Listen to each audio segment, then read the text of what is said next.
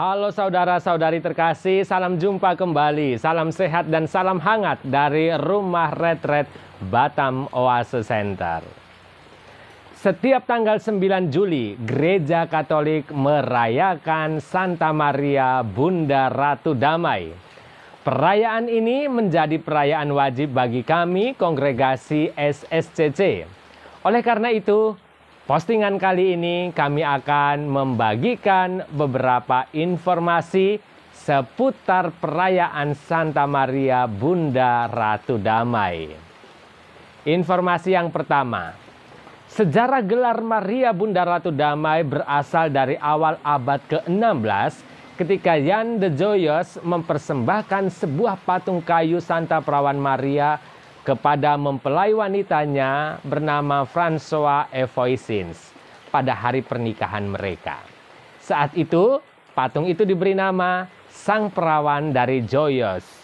Tidak seperti patung perawan Maria lainnya, patung Maria ini digambarkan memegang ranting zaitun di tangan kanannya dan Sang Pangeran Damai Yesus Kristus duduk di lengan kirinya. Tinggi patung tanpa landasan bawahnya adalah hanya sekitar 11 inci atau 27,94 cm. Patung tersebut menjadi pusaka keluarga yang diturunkan kepada cucu Jan, yaitu bernama Henry Joyeuse, yang setelah istrinya meninggal dunia di awal pernikahan mereka memutuskan untuk bergabung dengan Biara Kapusin di Paris, Prancis. Patung itu tetap bersama Biara Kapusin di Paris selama 200 tahun berikutnya. Saat itu, patung ini dinamai ulang dengan nama Bunda Perdamaian Kita, atau bahasa Prancisnya Notre Dame de Paix, Our Lady of Peace, bahasa Inggris. Informasi yang kedua, pada tahun 1657, karena pertumbuhan komunitas Kapusin, sebuah kapel baru dibangun dan patung itu diberkati dan ditaktakan di kapel itu oleh Duta Kepausan dan di hadapan Raja Louis ke-14 pada tanggal 9 Juli 1657. Paus Alexander ke-7 kemudian menetapkan 9 Juli sebagai tanggal bagi biarawan Kapusin merayakan Hari Raya Santa Perawan Maria Bunda Perdamaian. Tidak diragukan lagi, perdamaian sangat diinginkan oleh Paus Alexander ke-7 dan warga Prancis saat itu, terutama setelah Paus mengutuk aliran sesat Jansenisme pada 16 Oktober 1656 dengan sebuah dekret yang berjudul Ad Sanctam Beati Petri Sedem. Jansenisme memiliki pandangan yang menyimpang dan negatif tentang kemanusiaan.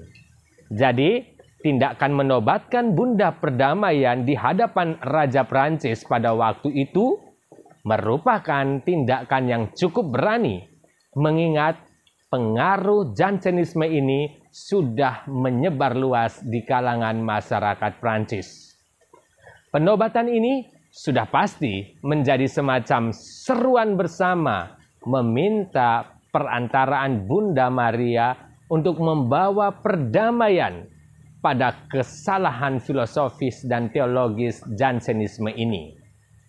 Informasi yang ketiga, pada tahun 1787, di tengah gejolak revolusi Prancis yang penuh kekerasan dan anti-Katolik, Kapusin dipaksa keluar dari biara mereka di Paris. Diam-diam, mereka melarikan diri dengan patung itu agar tidak dihancurkan oleh kaum revolusioner yang fasik. Patung itu disimpan di Paris dan dipercayakan kepada seorang imam diosesan, Pastor Pater Peter Codrin, yang menyembunyikannya sampai revolusi usai. Inilah momen patung asli Bunda Ratu Damai masuk dalam kehidupan Bapak pendiri kongregasi SSCC yang saat itu menjadi bapak rohani bagi kelompok Devosi Hati Kudus yang menjadi cikal bakal kelompok pertama kongregasi SSCC. Informasi yang keempat, pada tahun 1800, Pastor Codrin dan Ibu Henriette Eimer de Chevalerie membentuk kongregasi Suster, Bruder, dan Imam, yakni kongregasi Hati Kudus Yesus dan Maria dan Adorasi Abadi Sakramen Maha Kudus atau disingkat SSCC. Pastor Codrin memberikan patung itu kepada Ibu Eimer yang kemudian Ibu Emer membawanya ke kapel Suster SSC di Picpus, Paris pada tanggal 6 Mei 1806. Sejak saat itu, Maria Bunda Perdamaian menjadi pelindung kongregasi. Sebagai tambahan, Kongregasi Hati Kudus Yesus dan Maria dan Adorasi Abadi di hadapan Sakramen Maha Kudus atau SSC adalah misionaris awal ke Hawaii. Di sana, mereka mendirikan gereja Katolik pertama di kepulauan itu dan mendedikasikan gereja itu kepada Bunda Perdamaian, Our Lady of Peace. Informasi kelima. Pada tanggal 9 Juli 1906, atas nama Paus Santo Pius ke-10, Uskup Agung Paris secara seremonial memahkotakan patung asli Bunda Perdamaian. Dengan demikian, maka ditambah gelar ratu di sana menjadi Bunda Ratu Damai.